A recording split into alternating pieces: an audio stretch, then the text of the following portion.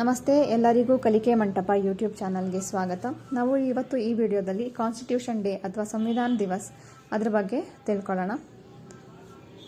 ಇಲ್ಲಿ constitution of India, ನಮ್ಮ ಸಂವಿಧಾನದ ಒಂದು ಪ್ರತಿಯನ್ನು ನಾನು ಇಲ್ಲಿ ಹಾಕಿದ್ದೀನಿ. ನಮ್ಮ ಸಂವಿಧಾನದ ಅಡಿಪಾಯಗಳಾದ ಜಸ್ಟಿಸ್, ಲಿಬರ್ಟಿ, ಈಕ್ವಾಲಿಟಿ, ಫ್ರೆಟರ್ನಿಟಿ ಬಗ್ಗೆ ನಾವು ಈ ಪ್ರತಿಯಲ್ಲಿ ನೋಡಬಹುದು.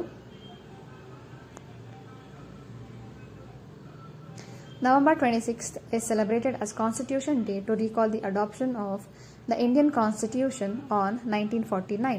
1949 ನವೆಂಬರ್ 26ರಂದು ನಾವು ಕಾನ್ಸ್ಟಿಟ್ಯೂಷನ್, ನಮ್ಮ ಏನು ಸಂವಿಧಾನ ಇದೆಯಲ್ಲ ಅದರದ್ದು ಡ್ರಾಫ್ಟ್ ಕಾಪಿಯನ್ನು ಅಸೆಂಬ್ಲಿ ಅಡಾಪ್ಟ್ ಮಾಡ್ಕೋತು. ಆ ದಿನ ನವೆಂಬರ್ 26ನ್ನು ನಾವು ಪ್ರತಿ ವರ್ಷ ಕಾನ್ಸ್ಟಿಟ್ಯೂಷನ್ ಡೇ ಅಥವಾ ಸಂವಿಧಾನ ದಿವಸ್ ಅಂತೇಳಿ ಸೆಲೆಬ್ರೇಟ್ ಮಾಡ್ತಾ ಇದ್ದೀವಿ.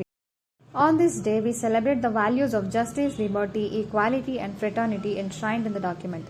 ನಮ್ಮ ಸಂವಿಧಾನದ ಪ್ರತಿಯಲ್ಲಿ ಏನು ಸಂವಿಧಾನದ ಅಡಿಪಾಯ ಅಂತಾನೆ ಕರಿತೀವಲ್ಲ, ಜಸ್ಟಿಸ್, ಲಿಬರ್ಟಿ, ಈಕ್ವಾಲಿಟಿ ಅಂಡ್ ಫ್ರೆಟರ್ನಿಟಿನ ನಾವು ಈ ದಿನ ಸೆಲೆಬ್ರೇಟ್ ಮಾಡ್ತೀವಿ. Constitution Day was first celebrated in 2015, marking the 125th birth anniversary of Dr. B.R. Ambedkar. ನಾವು ಮೊದಲನೇ ಸಲ ಸಂವಿಧಾನ ದಿವಸನ ಆಚರಣೆ ಮಾಡೋಕ್ಕೆ ಶುರು ಮಾಡಿದ್ವಿ 2015ರಲ್ಲಿ. ಅದು ಡಾಕ್ಟರ್ B.R. ಅಂಬೇಡ್ಕರ್ ಅವರ 125ನೇ ಜನ್ಮದಿನದ ಅಂಗವಾಗಿ ನಾವು ಕಾನ್ಸ್ಟಿಟ್ಯೂಷನ್ ಡೇನ ಸೆಲೆಬ್ರೇಟ್ ಮಾಡೋಕ್ಕೆ ಶುರು ಮಾಡಿದ್ವಿ. The drafting committee for the constitution consisted of 299 members. Dr. B.R. Ambedkar was the chairman of the drafting committee. Dr. B.R. Ambedkar is known as the father of the constitution. ನಮ್ಮ ಏನು ಸಂವಿಧಾನ ರಚನೆ ಆಯ್ತಲ್ಲ, ಆ ಸಂವಿಧಾನ ರಚನೆಗೆ ಅಂತೇನೆ ಒಂದು ಡ್ರಾಫ್ಟಿಂಗ್ ಕಮಿಟಿಯನ್ನು ನಿರ್ಮಿಸಲಾಗಿತ್ತು. ಅದರಲ್ಲಿ ಒಟ್ಟು ಎಷ್ಟು ಜನ ಇದ್ರು ಅಂದರೆ 299 ಜನ ಇದ್ರು. B.R. ಅಂಬೇಡ್ಕರ್ ಅವರು ಆ ಡ್ರಾಫ್ಟಿಂಗ್ ಕಮಿಟಿಯ ಚೇರ್ಮನ್ ಆಗಿದ್ರು. ಮತ್ತೆ ನಮಗೆಲ್ಲರಿಗೂ ಗೊತ್ತಿರೋ ಹಾಗೆ ಡಾಕ್ಟರ್ B.R. ಅಂಬೇಡ್ಕರ್ ಅವ್ರನ್ನ ನಾವು ಫಾದರ್ ಆಫ್ ದ ಕಾನ್ಸ್ಟಿಟ್ಯೂಷನ್ ಅಂತ ಕರಿತೀವಿ. Next, the drafting process began in December 9, 1946. It took nearly 2 years, 11 months and 18 days to complete the drafting process. ಏನು ಸಂವಿಧಾನದ ರಚನೆಯ ಒಂದು ಪ್ರೋಸೆಸ್ ಶುರುವಾಯ್ತಲ್ಲ, ಅದು ಶುರುವಾಗಿದ್ದು December 9, 1946ರಲ್ಲಿ.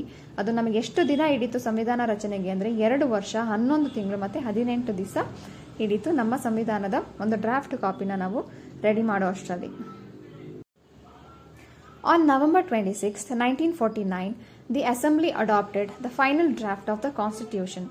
It came into effect on January 26, 1950, making Republic Day, making India a fully sovereign republic.